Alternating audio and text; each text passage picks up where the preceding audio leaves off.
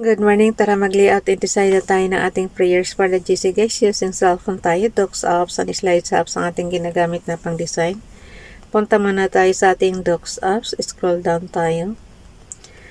Inopen ko yung 2025 January prayers for the GC. Yan yung file name natin. Pindutin yung lapis diyan nang ma-edit natin. 15 January 2025, ang ating font is Nonito. Size 12, text color ay orange, highlight color is natural blue. Naka-bold. Dati naka-bold tsaka italic underline yan eh. Ginawa ko, inalis ko yung yung IU. So, bold lang ang iniwan natin. From Family GC, yung mga gustong sumali sa 15 January 2025. Happy birthday muna sa kay Daddy Boyong. Happy birthday, Dad. Always be in good health and God bless. So, dito muna tayo sa From Family GC. Yung mga gustong sumali sa Family GC, guys, pakicontact yung aming founder, Harry B. De La Cruz, or yung mga admins co-founder Muti, admins Roger Pacatang, Eileen Samarin, Aiki Akma, Sarah Gulinga, Nanay Elsa sa Amerika at ang inyong lingkod, Ralph Lyon, Pagobo Vlogs. Paki-subscribe na rin sa kanilang mga YouTube channel, like and share ng kanilang mga video. Na ano pa ako, gusto ko pa talaga matulog pero need na nating makipag-usap kay Father God. Ito yung madaling araw lang kasi natin isisingit ito. So, kailangan natin gumising ng maaga. So, dito muna tayo kay Princess Diane Channel. Whatever you do in word or deed, do all in the name of Lord Jesus, giving thanks to God the Father through Him. Colossians chapter 3 verse 17. So, pakitingnan na lang sa inyong Biblia guys, ayon sa inyong naiintindihang lingwahe. May isa pa, Dear God, from the bottom of my heart, I want to thank you for loving me, forgiving me, healing me, and never leaving me. Amen. So, dito naman tayo kay Ralph Lyon Pagobo Vlogs. Greetings lang niya kay Daddy Boyong. So, sinulat lang natin. Special greetings to my husband, Daddy Boyong. Happy birthday. Be always in good health, safe, and happy. Love you, and God bless. Amen. So, dalhin na natin yan sa ating, slides apps. So, punta tayo sa 2025 January prayers for the GC. Pare-pareho lang ang file name ko, guys. Basta kung anong buwan siya, yun. Although, iba-ibang apps yan. So, dito na tayo sa slides apps. Punta muna tayo sa number 15 slides. So, ang gawin natin, okay. Umpisa tayo sa isa. So, slides, edit slide tayo. So, punta tayo sa number 15 slides ko. Anong date? Kasi naka-template na yan ng buong buwan ng January 2024. Yun ang template natin. So, ini-edit lang natin, guys. Kasi sinasama ko na naman kasi yung mga repost prayers. Kaya, mas maganda na yung andyan na siya, built-in na yung ating graphics. So, ang idadagdag na lang natin yung 2025 na lang na So, andyan na siya yung binasa natin kanina. So, dito na tayo sa repost prayers natin. Ang gawin natin is zoom lang kasi maliliit. So, isang finger sa taas, isang finger sa baba. I think guys, alam nyo na yan kasi touchscreen naman yung ating mga cellphone. Yung mga kabibili lang ba ng CP, explore nyo na lang yan. Yung ibang commands kasi, mga, kung ano yung natutunan nyo sa computer nyo, Microsoft Office, Microsoft Office Word, Microsoft Office PowerPoint, Microsoft Office Excel. So, dito naman, Docs apps, slides apps, and sheets apps. So, yun. Halos magkakapareho lang ng environment yung doon sa computer natin. Kaya huwag kayong hindi kayo mahihirapan. Kaya nga yung mga tinuturo ko lang dito is ano lang talaga, basic lang talaga. Kasi kung ano lang yung natutunan ko sa computer guys, ina-apply ko lang dito sa cellphone. So, dito tayo sa repose prayers natin, yung kanyang Hebrews Bible kay Ralph Lyon. Paki-subscribe guys. Grabe no, ang laki na ng bawas sa atin na subscribers. 40 yata ang nabawas sa akin. Hayaan mo na.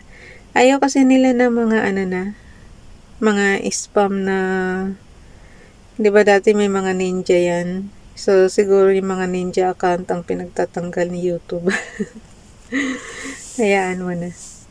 So, 15 January 2024 from Family GC. So, kay Ralph Lyon ito. Mishli, Proverbs chapter 15 verse 8. The zibak of the Rishaim is etoiba o to Hashim, but the tifila prayer of the Yesharim is his delight. Tifila guys, may open parenthesis yan na prayer. So, ibig sabihin ng tifila is prayer. Yung iba kasi mayroon siyang translation, pero yung iba kailangan yung kayo mismo tumingin sa inyong Biblia ayon sa inyong naiintindihang lingwahe. Kaya nga lagi ko sinasabi na ano na lang yung national language natin, no?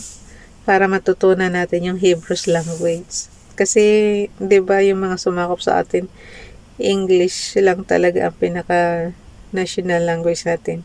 Although dati may subject tayong Espanyol, pero inalis na rin yun eh.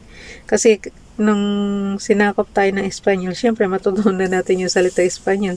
Almost 400 years ka ba namang sakopin ng bansa na yun. Ang lupit no? Grabe nung araw kung makasakop sila ng bansa. Daan-daang taon. Tapos, nasundan naman ng Amerikano. Sinakop din tayo. Japanese. So, kumbaga sa ano yung mga ninuno natin nung araw, parang siguro hirap na hirap sila. Ini-imagine ko lang. Kasi puro gyera-gyera nung araw. So, dito naman tayo kaya nga ang lagi ko sinasabi, swerte ang Israel kasi pinalaganap nila yung history nila through Bible book. Samantalang yung history of the Filipino people natin na libro, pang ano lang talaga, pang college lang talaga siya. Paano naman yung hindi mga nakarating sa college, 'di ba? So hindi nila nababasa 'yun. Kaya nga lagi kong sinasabi, nawa, 'yan ang ipabasa sa yan ang ipabasa sa mga elementary tsaka high school. Kasi ang nakakabasa lang niyan, yung mga college student lang. Paano naman yung nasa elementary, di ba? So, dapat ang ipabasa din yan sa mga elementary. Kaya nga, ang panukala nila, Bible daw ipabasa sa mga paano naman ibang lahi yung history ng ibang lahi yung history ng Bible. Puro Israel ang binabanggit diyan. Tsaka Judea, yun. Kumbaga sa wala man lang Pilipinas. Kaya nga kung kaya rin lang maglimbag ng history of the Filipino people ng iba't ibang lingwahe guys, dapat yan ang sikaping gawin ng ating government para maipalaganap din yung ating history. Okay, dito na tayo sa 2023 ito na repose prayers. Dito tayo kay Princess Tayan Channel. Ye are the children of the Lord your God. Ye shall not cut yourselves, nor make any baldness between your eyes for the dead, for thou art an holy people unto the Lord thy God. And the Lord hath chosen thee to be a peculiar people unto himself, above all the nations that are upon the earth. Thou shalt not eat any abominable thing. Deuteronomy chapter 14 verse 1-3. Isa pa yung komplikado sa sa Bible na book ng Bible. Nung araw, maraming bawal na pagkain. Pero pagdating ni Jesus Christ, sabi nila, nalinis na. Pero ako guys, mula nang nalaman ko na yung sakit is from nasa dugo, never na akong kumain ng dinuguan. Kasi Siyempre, iiwas ka rin na magkasakit, di ba? Since nasa dugo ang sakit ng mga hayop ba, sometimes nasa dugo. Kasi makukuha mo ang mga sakit sa mga baboy eh. Sa mga baboy, sa mga dugo. Katulad niya yung baboy, di ba? Ipinagbawal yung maraming ipinagbawal doon sa Old Testament na katulad nga niyan yung baboy. Unang-una sa health natin guys, dapat sundin natin yan. Kung gusto mo ng good health, di huwag kang kumain ng baboy kasi gusto mo bang atakahin ka?